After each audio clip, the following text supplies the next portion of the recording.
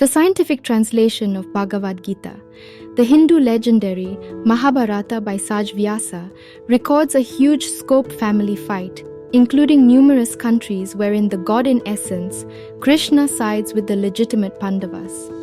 Bhagavad Gita arranges itself as an extensive talk between the Pandu ruler Arjuna and his charioteer Master Krishna on the front line of Kurukshetra, the best lived illustration of the triumph of nobility, dharma, over profaneness, adharma. The turns of events of the occasions in the account cause the conflict to appear to be unavoidable. Arrangements have been finished and feelings run high in both the camps.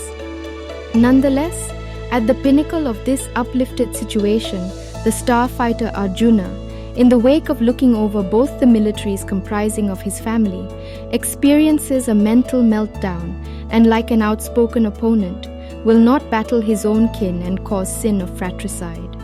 It is right now that ruler Krishna causes him to understand the vital significance and defense of his obligation of being a champion, Kshatriya, by bit exposing the related problems, questions, and intricacies.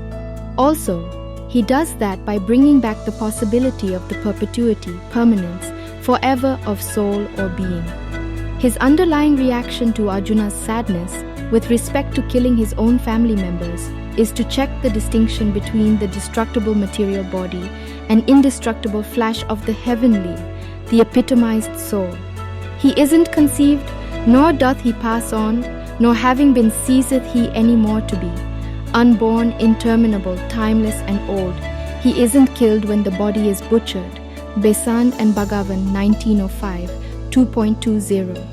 There might appear to be the same old thing in the possibility of the spirit being godlike, as greater part of individuals trust it to be so through their separate religions or individual suspicions.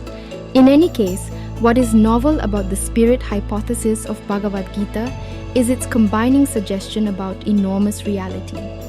Krishna attests the timeless truth of the cyclic creation and disintegration of the universe, comprising of the aware/non-conscious, living/non-living substances. Getting going with the old Vedic scriptural depictions in regards to the double idea of presences involving the material and the profound nature, this text takes this idea on a level which is both unique as well as concrete. When Krishna discusses nature, Prakriti, he isn't simply discussing the material truth of and around us. He is discussing the entire plan of the vast reality, wherein the incomparable ruler, Parameshwara Purushottama, shows himself in the creation in a twofold way. Through his lower, material, transient, truly manifest nature, Kshra Apara Prakriti, comprising of the 5 essential components of earth, water, fire, air, ether, comparing to the 5 external detects, mind, reason, keenness, and inner self, and his higher nature, Akshara/Paraprakriti, the awareness, being soul, Atma/Jiva/Purusha, the life-giving energy or the existence component, Besant and Bhagavan 1905, 17.6. The further truth of presence uncovers that the most elevated, unchanging self, the preeminent ruler, contributed with the whole powers, impacts the steady 104 Yadav Sumati Perichoresis, 15.2, 2017, creation, conservation, and disintegration of the universe.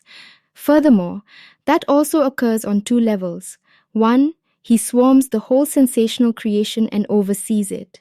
2, he loans a flash, a touch, a minuscule piece of his godliness, individual soul, Jiva Atma, to every one of the creatures, which then get encapsulated furthermore, act as per the ruling propensities among virtue, energy, and dimness, Sattva, Rajas, and Tamas, Triguna in Apara Prakriti, of the physical bodies. It is with the association of the material and profound pith that begins a life in which, curiously and shockingly both, the presence of the spirit impacts the cycle, yet it actually stays permanent. It is just the lower nature that demonstrations. All activities are fashioned by the characteristics of nature as it were. Oneself, hoodwinked by selfishness, thinketh, I am the practitioner. Besant and Bhagavan 1905, 3.27. Besides, it isn't similar to a one-act play, which will reach a conclusion with the finish of a body. The spirit continues forever immigrating from one body to one more, until it, either upheld by acumen, the prejudicial power, or by some external office like a sacred text or an otherworldly instructor, perceives its truth and starts segregating from the longings which tie it with the chain of activity response, karma.